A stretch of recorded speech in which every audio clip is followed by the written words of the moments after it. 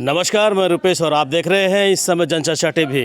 अभी मैं हूँ कमरे स्थित डीएवी आर्य पब्लिक स्कूल के पास, जहाँ पर आप देख सकते हैं कि गार्जियन यहाँ पर जुटे हुए हैं। क्या है कारण इनका जुटने का? तो जुटने का कारण सिर्फ यही है कि कल से लगातार स्कूलों में हंगामा हो रहा है। जी हाँ, Crown Public School, Ascot School, Naman Vidya और अब यहाँ हम लोग आए हैं दयानंद। लगातार बच्चे हताश होते जा रहे हैं क्योंकि इस बार जो सीबीएसई का रिजल्ट आया है वो इनके अपेक्षा अनुसार नहीं दिख रहा। और मैं आपको ये भी बता देना चाहता हूँ कि ये जो स्कूलें अनएफिलेटेड है, मतलब अपने पास स्कूल में अपना एग्ज़ाम ना दिलवाकर दूसरे जगह से एग्ज़ाम दिलवाते हैं, ऐसे स्कूलों में काफ़ी ऐसा केस देखने को मिला है। एक केस ऐसा ही हम यहाँ पर देख रहे हैं और यहाँ बच्चों का कहना है कि जो टॉपर था उसे 60% के करीब में आया है और जिसने कभी तैयारी ही नहीं की वो 83% 84% पे आके बैठ गया है। जी हाँ, वो भी सिर्फ और सिर्फ एक स्टूडेंट, वो भी कौन? राजा का बेटा राजा।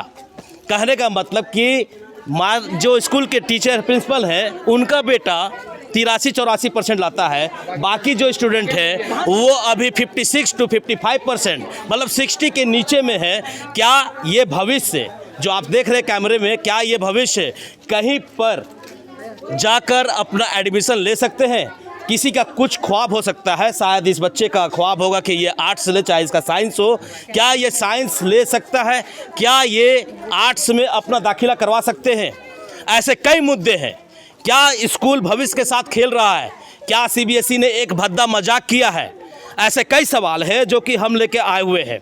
ऐसे सवालों के साथ हम अपने स्टूडेंट से बात करेंगे और मेरे सामने आप देख सकते हैं टीचर जो है वो अपने आप को वहाँ पर पैक करके रखी हुई है, वो सामने नहीं आ रही है, जवाब देने लायक नहीं है। और प्रिंसिपल जो है वो यहाँ से निकल चुके हैं, जैसे लगता है कि गधे के सर से सींग गायब हो जाना। तो आइए हम बातें करते हैं यहाँ पर कुछ स्टूडेंट से, जानने की कोशिश करते हैं क्या इनके साथ में प्रॉब्लम है, इनकी समस्याओं को जानेंगे। रूबरू करवाते हैं हम आपके साथ में एक और स्कूल में दयानंद आर्य के स्टूडेंट से। जी, आप अपना नाम पहले बताएं। प्रज्ञा सिन्हा। प्रज्ञा सिन्हा, बताइए क्या प्रॉब्लम है आपका? सर, यही प्रॉब्लम है कि हम लोग का परसेंट इतना कम आया है कि हम लोग किसी अच्छे कॉलेज में हम लोग अपना एडमिशन करवा नहीं सकते हैं, कोई अच्छा सब्जेक्ट हम लोग नहीं ले सकते हैं। आजकल का तो यहाँ टॉपर का हम लोग का 50% से क्या बोले 50% में ही सबका आया है, किसी का 60% तक जल्दी पहुँचा नहीं है। आपका क्या कहना है? स्कूल से क्या आप कहना चाह रही है? हम यही कहना चाहते हैं कि हम लोग को प्री बोर्ड के आधार पे जितना हम लोग का परसेंट है उसके आधार पे हम लोग को मार्क्स दिया जाए। अच्छा, प्री बोर्ड में आपका कितना आया था? प्री बोर्ड का हम लोग वही 90 प्लस ही सबका था। 90 प्लस था। और ये अभी जो आपको जो दिया गया है मार्क्स, ये किसके आधार पर दिया गया है? ये बोर्ड का आधार पर मिला है, बोर्ड का एग्जाम, वो तो हम लोग को नहीं पता किसके आधार पर मिला है, पर एवरेज मार्किंग का सबका वैसा ही है। एवरेज मार्किंग कहाँ से निकाला गया, किस हिसाब से निकाला गया, वो भी नहीं पता ना सर, अपने मर्जी से दे दिया गया। दो बच्चा का 4 सब्जेक्ट में सेम मार्क्स है और 5वां में सिर्फ डिफरेंस कर दिया। ऐसा कोइंसिडेंस हो रहा है। अगर आपने टीचर से ये सवाल किया है, टीचर ने क्या बताया है, कैसे मार्क्स ऑब्टेन किया गया है? जवाब ही नहीं दे रहे टीचर। जवाब मिल रहा है कि आप दोबारा एग्जाम दीजिए, दोबारा एग्जाम दे करके फिर रिजल्ट मिलेगा, उस पे आप उसके आधार पर आप एडमिशन लीजिए। दोबारा इस एग्जाम देने के जो 10th का जो ये रहता है, जो सर्कुलर रहता है, वो 10th का जो जोश रहता है देने का बोर्ड का, वो अब तो नहीं रहेगा। वो पढ़ाई हम लोग 6 महीना, हम लोग का 3 महीना रुक गया है। हम लोग तो यही सोच रहे थे ना कि बोर्ड का जो आएगा उसके आधार पर हम लोग को मिलेगा। अभी सभी आधा से अधिक सर 11th का पढ़ाई शुरू कर दिया। 11th का पढ़ाई स्टार्ट भी हो गया और प्लस इतना अगर हम लोग फिर से एग्जाम देते भी हैं तो इतना टाइम नहीं बचेगा कि हम लोग 11th का भी पढ़ाई कर ले। आपका प्री बोर्ड में क्या था? सर 90 से प्लस ही था। 90 से प्लस था। Yes sir. और अभी क्या है आपका? सर अभी 54, 47, 44 ऐसे हैं। क्या सोचा था, क्या लेने के लिए सोचा? सर सोचे थे साइंस लेंगे लेकिन नहीं ले पाएंगे, अब कॉमर्स भी नहीं ले पाएंगे। सर कहीं एडमिशन भी नहीं हो रहा है। सर बोलते हैं कि फॉर्म भरो, लेकिन फॉर्म में भी भरते हैं तो फॉर्म भी नहीं भर सकते हैं। सर से पूछे ऐसा क्यों, तो बोलते हैं पता नहीं। सर से कुछ भी पूछे तो पता नहीं। सर का प्रिंसिपल का बेटा का ज़्यादा आया, क्यों तो पता नहीं। सर को पता क्या है? सर इकलौता उसी का ज़्यादा है 85% और बाकी हम लोग का 50 के लगभग में है। प्रिंसिपल के बेटे का प्री बोर्ड में कितना आया था? सर वो तो उसे पता होगा। 90 प्लस आया था सर। और सर हम लोग ये देखिए प्री बोर्ड का मार्क्स 92% है और ये ओरिजिनल मार्क्स 52%।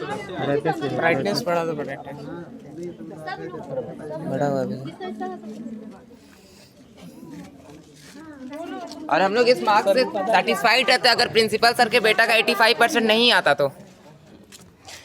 जैसा कि आप सुन रहे हैं कि यहाँ पर जो हुआ है वो प्री बोर्ड में 91, 92, 93 ऐसे करके आया हुआ है। और जो भी अभी जो आरोप आ रहा है वो एक ही चीज़ आ रहा है कि पूरे स्कूल में सिर्फ एक ही स्टूडेंट का 83-84% आया है, वो है प्रिंसिपल सर के लड़के का। तो ये ऐसा सवाल इनका है।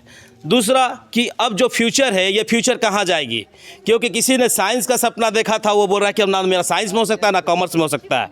तो ये भविष्य के साथ खिलवाड़ कैसे हुआ और इसके पीछे क्या है, किस तरह से इनकी मार्क्स को ऑब्टेन किया गया, कैसे इसको दिया गया, अब ये जानकारी हमें यहाँ पर टीचर्स बता सकते हैं या मैनेजमेंट ही बता सकती है। तो हम उनसे भी बात करने की कोशिश करते हैं और जानने की कोशिश करते हैं कि आखिर इन बच्चों को मार्क्स किस बुनियाद पर दिया गया और वो बुनियाद का क्या था। क्या यह यूनिट 1 या यूनिट टेस्ट के हिसाब से दिया गया या प्री बोर्ड के हिसाब से दिया गया या कैसे, ये हमें बताएंगे यहाँ के मैनेजमेंट।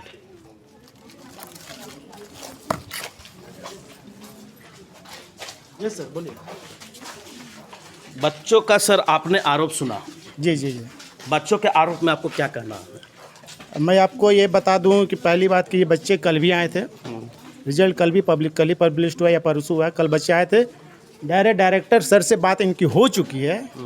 डायरेक्टर और इनके बीच में क्या बात हुई है यही लोग बताएंगे। और आज सडनली इन्हीं का काम से सर लोग नहीं है, तो इन लोग को फिर बोला गया कि कल आने के लिए, ठीक है। और कल जैसा होगा ये ऑफिशियल मैटर है, उसमें हम लोग कुछ नहीं कर सकते हैं। तो सर से डायरेक्ट कल बात होगी, तो काइंडली लोग कल। अभी फिलहाल जो बच्चों का आरोप है, इस आरोप पर आपका क्या कारण है? मैं कुछ नहीं बता सकता, ये ऑफिशियल मैटर है। आप कौन है यहाँ पर? टीचर है? नहीं, नॉन टीचिंग में सर। नॉन टीचिंग में? जी जी, बच्चे भी जानते हैं नॉन टीचिंग में हो। ठीक है। यस सर, ये फॉर का इन्फॉर्मेशन यहाँ के सारे स्टूडेंट्स एंड गार्जियन सभी जानते हैं कि अभी यहाँ पे जो भी हम लोग स्टाफ अवेलेबल हैं आपके सामने, ये नॉन टीचिंग स्टाफ हैं। आपके एजुकेशन डिपार्टमेंट से डायरेक्टर, प्रिंसिपल, ये लोग इन्हीं के काम से बाहर गए हुए हैं और उन लोगों का कहना है कि कल 9 बजे आकर के ये लोग उनसे कंसल्ट कर सकते हैं, मिल सकते हैं। उनसे बात हो चुकी थी कल भी और आज भी। तो इन लोग से जब रिक्वेस्ट किया गया है तो आप लोगों से बस यही कहना चाहूँगी कि आप लोग अपने डायरेक्टर सर की जब बात हो चुकी है तो आप लोग इस बात को भी मद्देनज़र रखें और कल आकर के आप लोग मिले। जहाँ तक टीचर्स की बात है तो टीचर्स आप लोगों को पता होना चाहिए कि इस लॉकडाउन और कोविड-19 के तहत कोई भी टीचर स्कूल में अवेलेबल नहीं है। यहाँ नॉन टीचिंग स्टाफ आए हुए हैं, ये सारे बच्चे जानते हैं। आप इन्हीं बच्चों से आप बात कर सकते हैं। अगर अवेलेबल होते तो इसमें डरने वाली कोई बात नहीं है, डायरेक्ट आपसे बात कर ली जाती।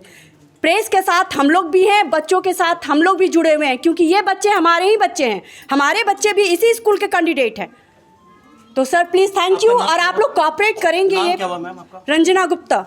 और सर एक्सक्यूज मी, और जो भी बच्चे का मार्क्स आया, इतने साल से जब बच्चे पढ़ रहे हैं इस स्कूल में, तो कोई भी टीचर अपना बच्चा का रेपुटेशन खराब नहीं करना चाहता है। ये जो भी आया सोल्यूशन, ये सीबीएसई का सोल्यूशन है ना। फिर भी एक मिनट सर, एक मिनट बोलने दीजिए। फिर भी सर ने डायरेक्टर सर से बात हुई, बोले कि सारे पेरेंट्स को कि जिनको प्रॉब्लम है वो कल सर 9 बजे आएंगे, उनसे बात कर लेंगे। ठीक है, ये इसके बाद भी आप लोग बात को बढ़ा रहे हैं, कुछ बात बढ़ नहीं रही है, बात भविष्य की है। 56% में क्या आपको लगता है इनको कहीं एडमिशन मिल जाएगा? मैडम आपसे पूछ रहा है। कोई बात नहीं सर, आपसे पूछा जा रहा है, एक सवाल है 56% में क्या मिलेगा? सर इनके साथ मेरे भी बच्चे एग्जाम दिए हैं, उनका मार्क्स और कम आया है, तो इसके लिए हम भी तो क्या सोच बोला? रहे हैं 56% में एडमिशन हो सकती है। एक मिनट सर, एक मिनट, आपके 56% पे कहीं एडमिशन मिलेगा या नहीं मिलेगा, ये क्वेश्चन तो सीबीएसई के ऊपर लागू होता है। सीबीएसई के ऊपर लागू होता है, लेकिन यहाँ पे एक आरोप आ रहा है कि सर के बेटे का सिर्फ 83 या 84% आया है। ऐसा क्यों? सिंपली एक जवाब दिया है, बात नहीं है, सिंपली एक जवाब दिया है कि मुद्दा जब की बात अगर ये नहीं है तो फिर बच्चे डायरेक्टर क्यों इतना ज्यादा ये हड़बड़ा रहे हैं? आप लोग क्यों आपके पास आ रहे हैं? नहीं, जब कल बच्चों से ये बात हो चुकी थी, बच्चे कल ये आर्गुमेंट्स लेके आए थे, डायरेक्टर सर से डायरेक्ट इनकी बात हो चुकी है। क्या बात हुई थी? अब ये तो बच्चों से क्या बातें हुई थी आप लोगों की डायरेक्टर से? सर हैं, अभी हमारा बात हुआ था सर से, ठीक है। देखिए यहाँ पे आ रहे हैं तो 2 सर वहाँ पे बैठे हुए थे और कहाँ चले गए पता नहीं, उधर से गेट बंद कर दिया है। अच्छा, इन लोग आने से पहले मेरा खुद से बात हुई थी। और देखिए ये लोग मैडम लोग आ रही हैं, वो दोनों कहाँ चले गए पता नहीं, और यहाँ से निकल गए वो साइड से गेट बंद कर दिया। तो बच्चे के क्या बोले गए, प्रिंसिपल क्या बोले? कि से आपका बच्चा फर्स्ट आया, मेरा बच्चा नहीं आया, तो प्रिंसिपल क्या बोले हैं कि हम नहीं जानते हैं कि कैसे उसका फर्स्ट आया कि क्या आया, हम नहीं जानते हैं, तुम लोग जाओ घर हो या नहीं हो हम नहीं जानते हैं। तो एक बात बताइए कि बच्चन सब इतना निराश हो रहा है, अब वहाँ पर सब बच्चा जीरो आया है, इनका बच्चा क्यों फर्स्ट आया, ये बोलना है हम लोग। और मैम ने जैसे कि बोला कि डायरेक्टर सर कल 9 बजे आएंगे, तब तक यहाँ 9 बजे बोले, उस समय सुबह में सर डायरेक्टर सर हम लोग के सामने से गए सर, वो हम लोग से बात भी नहीं किए कुछ भी।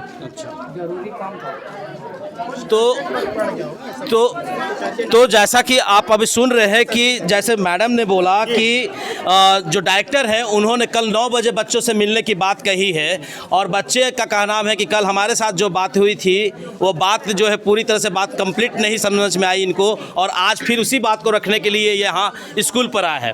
गार्जियन का कहना है कि उनकी बातें हुई, लेकिन आज प्रिंसिपल अचानक किसी काम से, जो कि स्कूल के मैनेजमेंट के लोग बता रहे हैं, नॉन टीचिंग स्टाफ बता रहे हैं कि अभी सर गए हुए इन्हीं के मुद्दों पर बात करने के लिए। अब ये मुद्दा कितना गंभीर है ये तो देखना होगा, क्योंकि अभी तक मैं बता रहा हूँ, मैं अभी तक 3 स्कूलों को दिखा चुका हूँ आपको। एक नमन विद्या, क्राउन पब्लिक स्कूल और एसोट के बाद अभी आज दयानंद आपको दिखला रहा हूँ, क्योंकि जहाँ जहाँ जो नॉन एफिलिएटेड, ये मैडम जो परीक्षाएं हुई थी ये आप लोगों ने अपने स्कूल में लिया था? सर ये तो एजुकेशन डिपार्टमेंट ही आपको जवाब दे सकता है। नहीं, एग्जाम जो है यहाँ पे लिया गया था नहीं लिया गया था, ये हमको सिर्फ चाहिए। आपने यहाँ पे स्कूल में एग्जाम लिया था कि नहीं लिया था? एग्जाम हुआ कहाँ है सर इस कोविड-19 के यूनिट टेस्ट कैसे लिया था आप लोगों ने? यूनिट टेस्ट आप लोगों का टेस्ट ऑनलाइन हुआ था? प्री बोर्ड के एग्जाम्स यहीं सेंटर्स में प्री बोर्ड तो यहीं हुआ था, ठीक है सर। कुछ देर पहले ये वाला ग्रिल खुला हुआ था और यहाँ पे हमारे प्रिंसिपल सर बैठे हुए थे, और आप लोग के आते ही ये ग्रिल बंद हो चुका है।